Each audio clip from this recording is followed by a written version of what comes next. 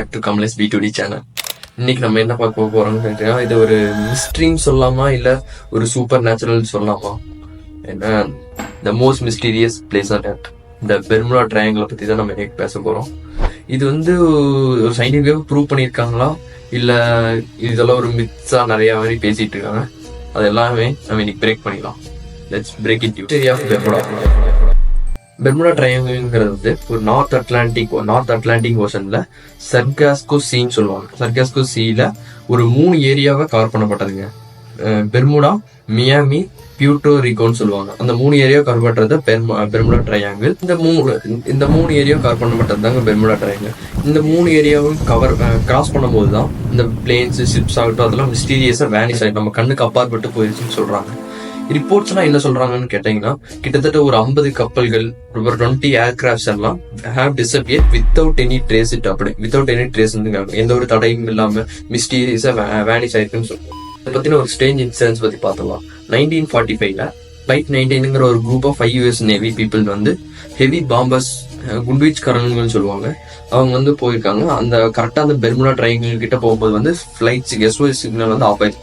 இப்போ ஒரு ஃபிளைட் கிளம்புதுன்னா அவங்க ஒரு பர்டிகுலர் சென்டர் இருக்கும், அது எங்க போகுது எப்படி போகுது சிக்னல் நம்பிட்டே இருப்பாங்க. கரெக்டா பெர்முடா ட்ரையாங்கிள் கிட்ட போறப்போ ஒரு சிக்னல் ஆஃப் ஆயிருது, இவங்க நோட்டீஸ் பண்றாங்க. அதே மாதிரி 1918ல USS சைக்ளோப்ஸ் ஒரு நேவி ஷிப், 300 பேர் கொண்ட ஒரு நேவி ஷிப் டிஸப்பியர் ஆகுது நோட்டீஸ் பண்றாங்க. வித்தவுட் எனி பிரேக்கேஜ், எந்த ஒரு சிதைவுகளும் இல்லாம அது நம்ம கண்ணுக்கு அப்பாற்பட்டு போகுது. அதே மாதிரி 1948 to 1949ல Star Tiger and Star Ariel சொல்ற ஒரு 2 aircrafts is disappear with unclear conditional weather.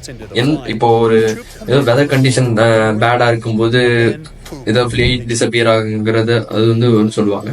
இப்போ எந்த கிளியரா இருக்கிற இதுல டிஸப்பியர் ஆகுன்னு இதை பத்தின சயின்டிபிக் எக்ஸ்பிளனேஷன் பார்த்தலாம். First methane case theory. Methane case theory அந்த ஓஷனோட தரைமட்டத்துல ஃப்ளோர்ல பபுள்ஸ் எல்லாம் ஃபார்ம் ஆகி அப்படியே ஷிப்ஸ் எல்லாம் சிங்க் பண்ணுன்னு சொல்றாங்க. அப்படியே உள்ள புல் பண்ற மாதிரி கப்பல்கள் எல்லாம் மூழ்கடிக்க தேவையான அதை இழுக்குதுன்னு சொல்றாங்க. செகண்ட் என்னன்னு பாத்தீங்கன்னா எலக்ட்ரானிக் ஃபார்ம். ஒரு பைலட்ல ரிப்போர்ட் பண்றாங்க, ஒரு மிஸ்டீரியஸ் கிளவுட் அந்த பெர்முடா ட்ரையாங்கிள் கிட்ட போகும்போது மட்டும் அந்த இன்ஸ்ட்ருமெண்ட்ல எல்லாம் அந்த கிளவுட் ஃபார்ம் ஆகி இன்ஸ்ட்ருமெண்ட்லாம் ஃபெயில் ஆகுதுன்னு சொல்றாங்க. பாத்தீங்கன்னா பவர்ஃபுல் ஓஷன் கரண்ட்ஸ் சொல்றாங்க. இது ஒரு அந்த மீத்தேன் கேஸ் தியரி மாதிரி தான். அந்த போற வர திங்ஸ் எல்லாம் அந்த குல்ஃப் ஸ்ட்ரீம்னு சொல்லுவாங்க, அந்த முக்கியமான நீரோட்டம் அது ரொம்ப ஸ்ட்ராங்கா புல் பண்ணி திங்ஸ் எல்லாத்தையும் போற வர கப்பல் ஷிப்ஸ் எல்லாம் இழுத்துருது, உள்ள கொண்டு போயிருது அப்படின்னு சொல்றாங்க. சூப்பர் நேச்சுரல் தியரி பார்த்தலாம். இந்த கட்டுக்கதைகள் அந்த மாதிரிலாம் சொல்லுவாங்க. அந்த மாதிரி இது இங்க முதல்ல ஒரு அட்லாண்டிஸ்னு ஒரு சிட்டி இருந்துச்சு. அது கடல்ல மூழ்கினதுனால அது இப்படி எல்லாம் இழுக்கலாம். அந்த மாதிரி சில பேர் என்ன சொல்றாங்கன்னா, அந்த அட்லாண்டிஸ் சிட்டில நிறைய ஏலியன்ஸ் எல்லாம் வாழ்ந்துட்டு இருந்தாங்க. அவங்க எல்லாம் கடல்ல மூழ்கினதுக்கு அப்புறம் அந்த கிராவிடேஷனல் புல் இருக்கிறதுனால அதனால அந்த கிராஃப்ட்ஸ் ஷிப்ஸ் எல்லாம் இருக்குது, அந்த மாதிரி எல்லாம் நிறைய பேர் சொல்றாங்க.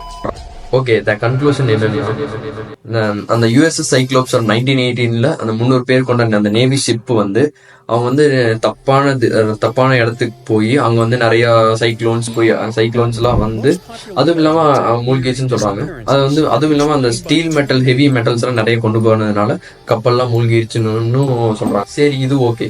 அப்ப அந்த 2 aircraft, Star Tiger and Star Ariel என்ன ஆச்சுன்னு கேட்டேன். சார்லஸ் டைகர் அவர் தான் அந்த ஏர்கிராஃப்டோட கேப்டன். அவர் தப்பான திசைக்கு போய் திரும்பி வர்றப்ப அந்த எரிபொருள்ல முடிஞ்சதுனால அந்த ஓஷன்ல லேண்ட் பண்ணி அது மூழ்கிடுச்சுன்னு சொல்றாங்க. இதெல்லாம் தான் இப்போ கண்டுபிடிச்சிருக்கப்பட்ட உண்மை.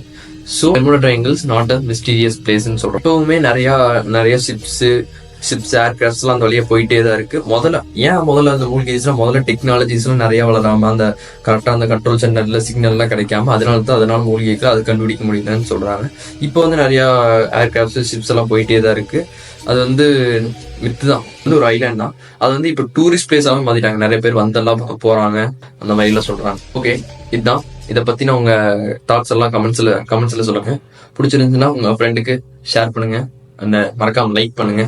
அடுத்த ஒரு இன்ட்ரெஸ்டிங் வீடியோல சந்திக்கிறேன். Until bye from Kamalesh.